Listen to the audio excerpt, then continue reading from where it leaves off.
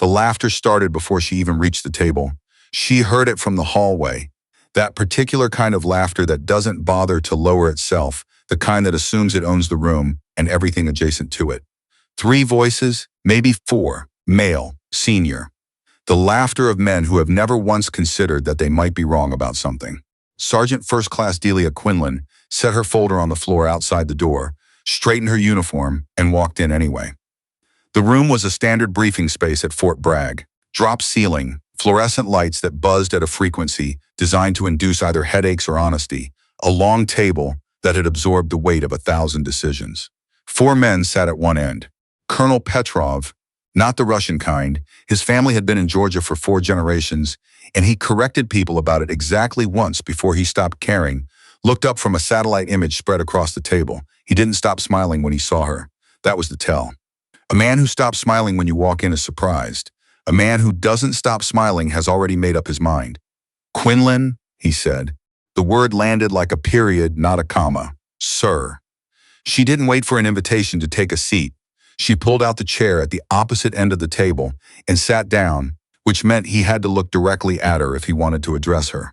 She had learned that particular move from a woman named Ruiz, who had since retired to Flagstaff and probably still operated that way at city council meetings.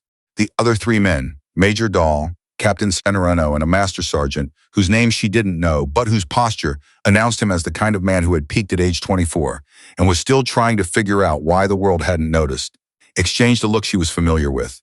The look said, "Who let her in here?" "We were reviewing the Caldwell Range results," Petrov said. "From this morning." "I know," Quinlan said. "I was watching." Petrov set down his pen. "We had 7 shooters on the extended course, 5 of them are instructors. 2 are active selection candidates." "I know," she said again. Erickson dropped at 2,400, Hamill at 2,600. Monroe went to 2,900 and pulled right. The wind was reading southeast at 11 knots at that distance, but the call was made for 9. She paused. The other 4 didn't reach 2,700. The unnamed master sergeant shifted in his seat. "And you were watching from where exactly?" Dahl asked. He had the tone of a man who believed that questions were a form of weapon. "The ridge," she said. "The observation post on the eastern side, where the wind is different than it reads at the firing line." There was a silence, not the comfortable kind. Petrov picked up his pen again, which was what he did when he was thinking. Not about what she'd said, but about what to do about her. She recognized the gesture the same way she recognized the difference between a 2,200-meter shot with a tailwind and a 2,200-meter shot in still air. The mechanics looked identical. The variables were not. "Sergeant Quinlan," Petrov finally said, "we have a situation that requires a qualified long-range shooter. The specific requirement is a confirmed hit at a distance of 2,800 meters under field conditions, not range conditions." "Field," she waited. "We've cycled through our available personnel," he continued. "The results have been..." He looked at Dahl. "Inconsistent," Dahl offered. It was not the word she would have used. She had watched Monroe's 3rd shot skate 18 inches wide of a stationary target at 2,600. She would have used a different word entirely. But Dahl's word was doing diplomatic work that she was not invited to undermine, so she let it stand. "We're looking at alternatives," Petrov said. "I'm not an alternative," Quinlan said. The unnamed master sergeant made a sound that was technically not a laugh. "I'm the person you should have started with," she said. "What's the target profile and what's the environmental window?" She had joined the Army at 22 after 2 years at a community college in Macon, Georgia, where she had been studying nursing until she realized she was more interested in applied physics than in people's feelings about their own bodies. The recruiter had not known what to do with her, which she took as a good sign. The ones who knew exactly what to do with you were selling something. She had qualified expert on her first attempt at every firearms course she'd encountered in 13 years of service. This was not something she talked about because she had learned early that competence in women was processed differently than competence in men. In men, competence was noted and promoted. In women, it was noted and explained. The explanation was usually some variant of, "She must have gotten lucky," or "the standards must have been different," or, and this was her personal favorite, delivered by a staff sergeant in Kandahar who genuinely believed he was being generous, "She's good for what she is." She had developed a relationship with long-range shooting the way some people develop a relationship with mathematics. Not because it was easy, but because it was honest. A bullet did not care what you looked like. It did not care what your voice sounded like, or what the patch on your shoulder meant, or whether someone in a briefing room had already decided you were there by mistake. A bullet went where the physics told it to go, and the physics were available to anyone willing to learn them. She had been willing to learn them. The first time she shot past 2,000 meters in a training environment, she had been 26. The spotter, a laconic corporal from Idaho named Haas, had looked through the glass for a long time before he said anything. Then he said, "Hit." Just that. No inflection. Then he looked at her, recalibrated something behind his eyes, and said again, she shot again. He said, "Hit." Again, just that. But this time he wrote something in his logbook. She didn't ask what. She picked up the brass and waited for the next call. The Malden exercise was not what Petrov had described to her exactly. That was normal. The Army communicated requirements the way certain families communicated expectations, in the general direction of accuracy, leaving the specifics to be discovered on arrival. What the exercise actually required was this: a demonstration shot at 2,800 meters under time pressure in front of a joint evaluation team that included 2 observers from an Allied command who were assessing whether a particular cross-theater coordination protocol was viable. The shot was not tactical. It was symbolic. It was the Army saying, "We can do this," to people who needed to believe the Army could do this before they would agree to share certain logistical channels. She understood that immediately when she saw the setup. Petrov had not explained it that way. He had described it as an exercise. But the observers were not there to evaluate an exercise. They were there to be impressed, which is a different thing entirely. She walked the ground the day before. This was not optional for her. She had a principle, which was that any shot worth taking was worth understanding before you took it. She walked from the firing position to the halfway point, which she could not reach, obviously, but she could understand the terrain. And she looked at the grass, the way it moved, the way it didn't move in certain pockets behind the low ridge to the east. The wind at ground level was doing something complicated.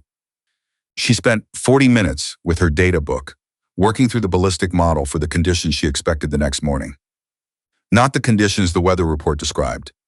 The conditions she had observed.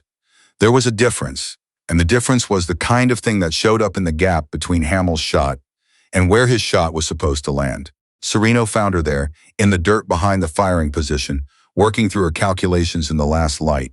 He stood behind her for a moment before he said anything. "The other shooters spent the afternoon at the range," he said. "I know," she said. "Additional reps. I know." He was quiet for a moment. She kept writing. The light was still good enough. "Monroe thinks the wind calls are going to be the problem," Sereno said. "Monroe is right about that," she said. "Monroe's wind calls have been 3 to 5% low at this elevation in these conditions. If he adjusts for that tomorrow, he'll be closer than he's been." Another silence. "You watched his data?" "I watched his impacts," she said. "You can reverse engineer the error from the deviation pattern if you have enough samples." She could feel him looking at her the way people sometimes looked at things they didn't know what category to put in. "And your own data?" he asked. She closed the book. "Is ready." The morning was colder than the forecast. It usually was at this elevation in this season. She had evaluation team arrived at 0730 in 2 vehicles. The observers were both men, one compact and precise in his movements, the kind of man who had done this for decades and economized every gesture. The other younger, there to learn what the first one had already internalized. They were introduced to Petrov and Dahl. They shook hands. Nobody introduced them to Quinlan, who was already at the firing position behind the rifle, doing what she did in the minutes before a shot that mattered. She went quiet, not in the way of someone who is nervous, in the way of someone who is removing everything from the environment that does not belong to the task. She let the sounds in, the wind, the creak of the bipod, the distant call of something avian to the north, and she sorted through them the way you sort through noise for signal, patient, and without urgency. The spotter on this exercise was a staff sergeant named Calloway who had been assigned to her that morning. He had never spotted for her before. He had the practiced neutrality of someone who had been told something unflattering about this arrangement and was choosing, professionally, not to act on it. She appreciated that. Professionalism was rarer than people thought. "Wind is reading 9 at the line," Calloway said. "I know," she said. "It's going to be 7.5 at 300 out and it's going to shift 4 degrees left at around 1600. There's a terrain feature, the depression on the east side, that's redirecting it. Calloway looked at his instruments. Then he looked at the depression she'd mentioned. Then he looked at his instruments again. I'm not seeing a shift on the gauge, he said. The gauge is at the line, she said. The shift isn't. He thought about that for a moment. She could see him running the logic. He was a good technician. He would get there. How do you want to call it? He asked. I already have, she said. I built it into the firing solution last night. The evaluation team was assembled at the observation post 40 meters to the left of the firing line. Petrov was with them. Dahl was with them. The unnamed master sergeant. She had learned his name by now. It was Crandall, and he had 11 years in and a tone that suggested he believed those 11 years were worth more than her 13, was standing slightly apart, arms crossed, watching her with the expression of a man waiting to be right about something. The target was a steel plate, 0.6 meters wide, at 2,840 meters. Not 2,800, 2,840. Petrov had given her the wrong number. Not deliberately, she believed that, but because he had been working from an earlier grid reference that had since been updated. She had caught the discrepancy when she walked the ground the previous afternoon, confirmed it this morning with the range officer, and adjusted her solution accordingly. She had not told Petrov. There was no diplomatic way to tell a colonel he had given you incorrect data, and there was no version of that conversation that ended with her in a better position than she was in now. She had just fixed it, silently, in the dirt the night before. The time window was 5 minutes. That was the evaluation protocol. 5 minutes from the signal, she had to produce a confirmed hit. The joint observers would record the time and the deviation data from their instruments. Calloway got the signal from the range officer. Clock is running, he said. She did not respond to that. The rifle was a Rax platform, bolt action, chambered in .338 Lapua. She had shot this particular configuration 411 times in the past 18 months. She knew it the way you know a road you've driven in the dark, not by thinking about it, but by the accumulated weight of repetition translating itself into instinct. She controlled her breathing, not suppressed it, controlled it. There is a difference. Suppression is fighting your own body. Control is asking your body to do something specific, politely, and trusting it to comply. It complied. The wind moved through the grass to her left. She read it the way she had read it yesterday and this morning, and in the calculations she had made in the light of a headlamp the previous night. The shift was there. The depression was doing what depressions did. The firing solution she had built accounted for all of it. She settled. She exhaled to the natural pause point. She squeezed. The rifle moved. The sound was large and immediate, and then it was gone, absorbed by the open ground the way sound always was at distance. She stayed on the scope. That was the discipline. Not to flinch away from the moment of the shot, not to pull back before the bullet had done what it was going to do, because pulling back changed nothing except your ability to observe what happened. What happened was this. The plate moved. Calloway had the spotting scope to his eye. He stayed there for a moment, 1 second, 2, and then he said without particular emotion, hit, center, 11 o'clock, maybe 2 inches. She noted that. Then she chambered another round, built the adjustment for the 2-inch deviation and waited. Calloway looked at her. Clock's still running, he said. I know, she said. I want a second hit. At the observation post, the compact observer, whose name she learned later was Anderson, and who had 23 years in NATO Special Operations advisory work, said nothing for a long moment. He was looking through his own optics at the plate. Then he lowered the glass and said something to Petrov. She did not hear it. She was 40 meters away, and the wind was wrong for carrying voices that direction. But she watched Petrov's face, which she could see clearly at that distance, and she watched what happened to it. He had been holding an expression that she recognized. The polite neutrality of a man waiting to manage a failure. He had not been expecting her to succeed. He had been expecting a result close enough to defend and distant enough to explain, which was what the previous attempts had produced, and which was what you planned for when you brought in someone who was, in his assessment, a contingency. What she saw move across his face when Anderson spoke to him was not celebration.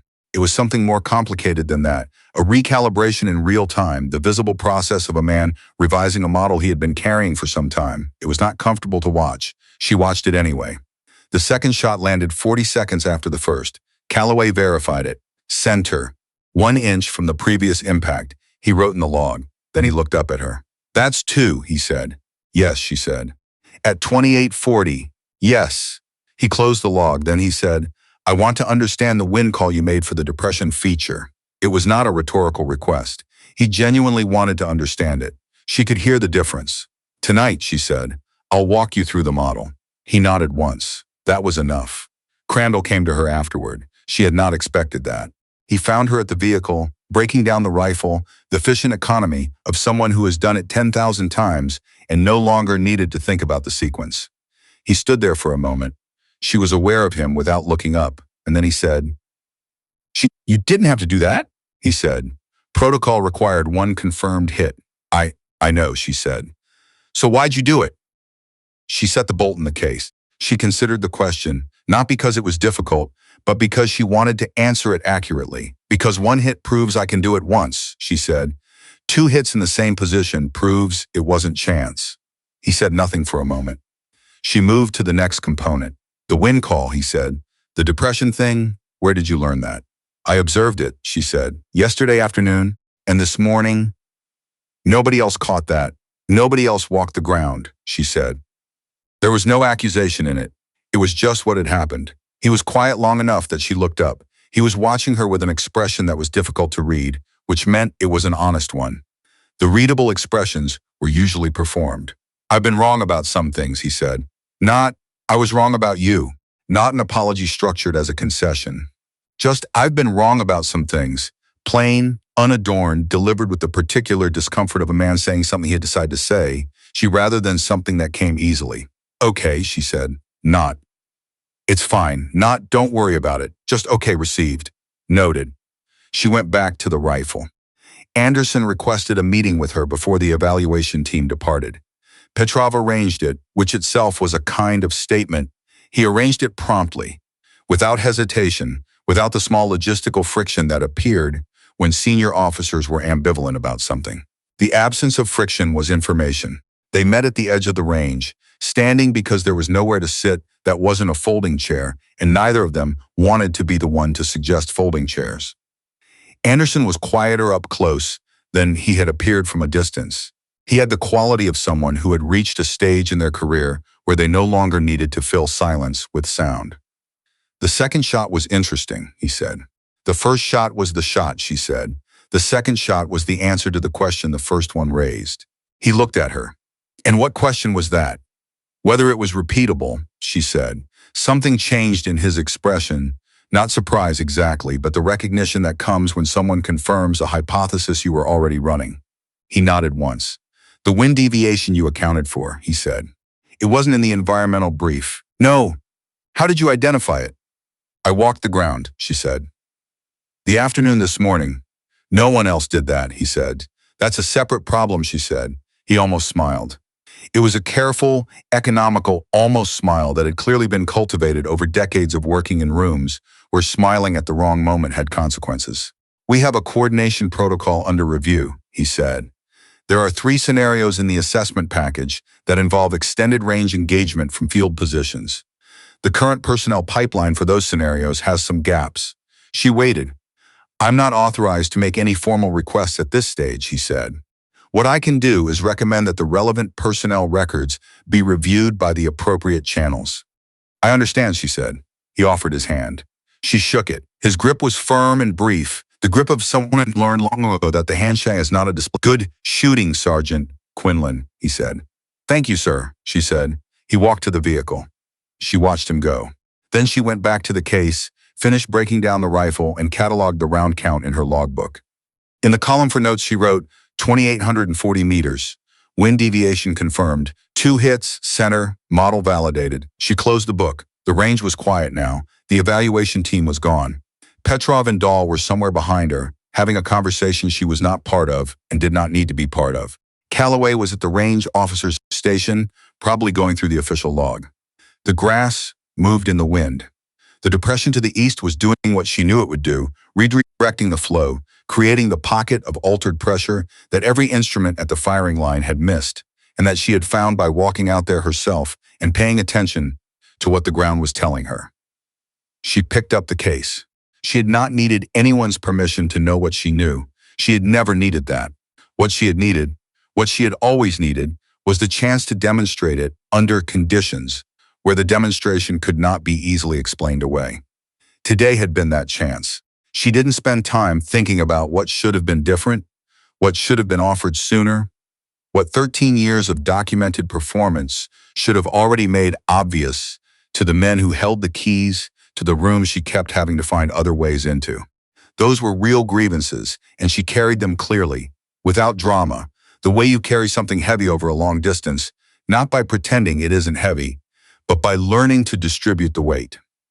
What she thought about, walking back to the vehicle in the cooling morning air, was the wind, the way it moved in the depression, the way the model had held, the way the second impact had landed inside an inch of the first, which meant the variables she had accounted for were the right variables, which meant her understanding of this particular environment on this particular morning, under these particular conditions, had been accurate. That was the thing nobody could argue with. Not Crandall, not Dahl, not the unnamed discomfort she had felt walking into that briefing room and seeing a table full of men who had already decided. The data was the data. She had known it. She had written it down the night before in the beam of a headlamp, alone in the dirt with nobody watching. And this morning, 2,840 meters downrange, in front of a NATO advisor with 23 years of experience who had seen everything worth seeing, the data had done exactly what data does when you get it right. It had told the truth.